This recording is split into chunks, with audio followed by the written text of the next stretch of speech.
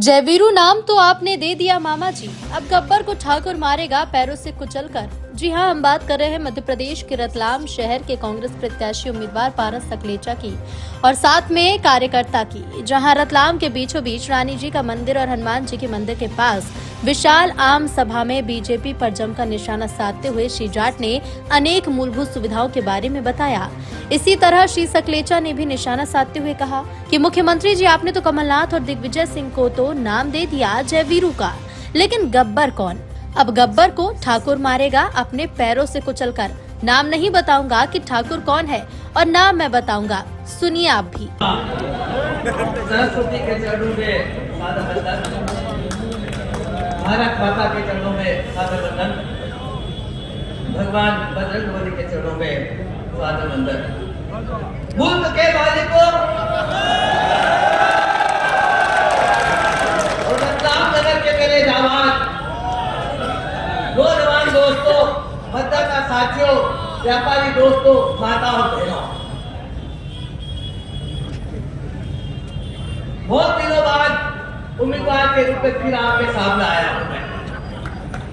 जब अपनी बात शुरू करूं, भाई महेंद्र ने कहा कि माननीय के कई लोग कह रहे हैं कि सड़क पे जोकर आएगा, सर्कस आएगा, व्हाट्सएप पे सर्कस आएगा, जोकर आएगा। तो मैं तो ठीक है, आप मुझे जो भी उपमा देंगे तो मान लेता हूँ, पर मैं अभी इतनी बात जब मैंने हंसी मजाक की कर दी है तो मैं जोकर पे आपने शब्द सुना होगा कि कहता है जोकर, सारा जमाना आधी हकीकत और आधा फसाना। चश्मा उतारो फिर देखो यारो। मेरा कहना है उन लोगों से जो आज टोपी पहनकर घूम रहे थे, उनको शर्म नहीं आई कि जिसको चुनाव लड़ना है वो घर पर बैठा है और तुम लोग टोपी पहन के घूम रहे हो। शर्म नहीं आई तुमको? वो नहीं आता मैदान में, वो भी आ जाए एक बार टोपी पहन के, किसने रोका? और उसके नाम की टोपी नहीं होगी। तो कहता है जोकर, सारा जमाना आधी हकीकत आधा फसाना है। अब आधी भी हकीकत की है, पूरा ही फसाना है।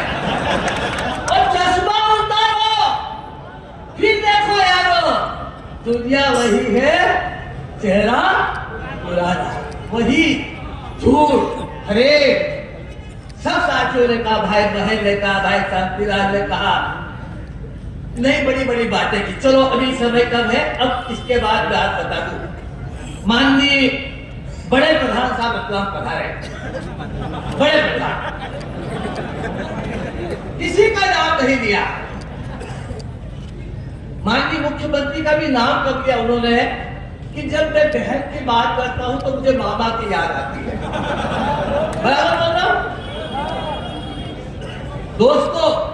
इतिहास में एक ऐसा उदाहरण है कि जब बहन की बात होती है तो मामा याद आता है, और वह है भगवान कृष्ण को जन्म देने वाली देवकी और उसको मारने की कोशिश करने वाला कंस। तो मैं अपने को सोचना है कि कौन सा मामा याद आता है। वो मामा याद आता है जो कंस वाला है, या कौन सा याद आता है, ये समझ में नहीं आता। कैसे कैसे छलावे हमारे साथ सब ओर से हो रहे हैं, सब ओर से हो रहे हैं। एक बात मुझे अभी थोड़े दिन पहले 30 तारीख को माननीय श्रीराम जी ने कहा कि कमलनाथ जी और दिग्विजय सिंह जी फिल्म शोले के जय और वीरू है। याद है आपको? बड़े बड़े आर्टिकल छपे, बड़ी बड़ी न्यूज बनी, जय और वीरू है। तो ये शोले का पार्ट 2 है। जय और वीरू तो हो गए कमलनाथ जी और दिग्विजय सिंह जी। अब गब्बर कौन है? शिवराज जी, आपने कहा ना आप मेरे बड़े प्रिय हो, मेरे मित्र भी हो। अब आपने दोनों को जय और वीरू बना दिया, तो गब्बर कौन है ये तो बता देते साथ में, है ना? पर चलो यहाँ तक तो गब्बर, अभी गब्बर तो हो गया भोपाल में, अब रतलाम में बताऊं मैं। ये शोले का पार्ट 2 भोपाल में लगा, शोले का पार्ट 3 रतलाम में चल रहा है, पार्ट 3। यहाँ एक जय भी है और एक वीरू भी है। आप सब समझ गए कौन जय है और कौन वीरू है। एक गब्बर भी है, पर साथ में यहाँ पर एक ठाकुर भी है जो गब्बर को अपने पांव से कुचल कर मारेगा। मैं बोलूंगा तो बोलोगे कि बोलता है, मैं नहीं बोलूंगा। वो कौन है ठाकुर, मैं नहीं बोलूंगा और आपसे भी नहीं पूछूंगा। पर वो ठाकुर गब्बर को अपने पांव से कुचल कुचल कर मारेगा। ये फिल्म है शोले भाग 3। दोस्तों भोपाल पे लग रहा है। दोस्तों आप देखिए कि अभी एक पोस्टर लग रहा है, बात थोड़ी संक्षेप इसलिए कर रहा हूं, समय कभी है।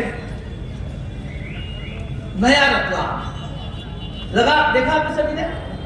नया रतलाम बहुत बातें हैं, मेरे पास तो बहुत सारे बिंदु है, पर नया रतलाम मैं बातचीत को याद दिलाना चाहता हूं जो नए रतलाम की बात करते हैं कि रतलाम में एक दिन 8000 लोगों ने जुलूस निकाला था। उसमें 1000 से ज्यादा महिलाएं थी और उस जुलूस का मोटो था उड़ता रतलाम। भले स्मार्ट सिटी में नहीं आई, लेकिन मैं रतलाम को मिनी स्मार्ट सिटी की सौगात देके जा रहा हूँ। अगले दिन पेपर पे बड़े पेपर पे इश्तिहार में आता है कि माननीय मुख्यमंत्री जी ने विधायक जी की मांग को किया पूरा। प्रति वर्ष रतलाम शहर को 150 करोड़ रुपए मिलेंगे और पहले चरण में हमको 25 करोड़ रुपए मिलेंगे। अब आप बताइए, हम तो 1.5 साल हमारी कांग्रेस की गवर्नमेंट रही, 3 साल भारतीय जनता पार्टी की सरकार को हो गए। 150 करोड़ रुपए के हिसाब से 3 साल का अगर अपन आकलन लगाएंगे तो 450 करोड़ रुपया क्या रतलाम शहर को मिला? 450 करोड़ रुपए में क्या रतलाम शहर की कोई भी मूलभूत सुविधा है बता दीजिए। आज 450 करोड़ रुपए के नाम से जो हो रहा है, तो यहाँ पे सिर्फ अभी मैं यहाँ से घूमते हुए आया, देखते हुए तो सिर्फ पेच वर्क हो रहा है। गरीबों के यहाँ पे रोडे नहीं है, मूलभूत सुविधाएं नहीं है। राम रहीम नगर चले जाए, नया गांव चले जाए, बिरियाखेड़ी चले जाए, कुछ भी सुविधाएं नहीं है। ऐसा हमको विधायक चाहिए क्या जो ना हमारा स्वाभिमान की रक्षा करे, ना जो आपको प्यार से देख सके, ना आपको प्यार से बोल सके। ऐसा विधायक चाहिए हमको। एक बात है, रतलाम शहर के लिए एक बात है, और लोग बोलते हैं कि हम रतलामी है स्वाभिमानी। बोलते हैं कि नहीं बोलते हैं कि हम रतलामी है स्वाभिमानी? अभी भी जाग जाइए, अपने विवेक का इस्तेमाल कीजिए, नहीं तो आने वाली पुश्तें ये नहीं बोले कि क्यों पापा हम रतलामी क्या थे स्वाभिमानी? एक आदमी के पीछे, एक उसके डर के पीछे। Bharat 24/7 news bureau report Ratlam.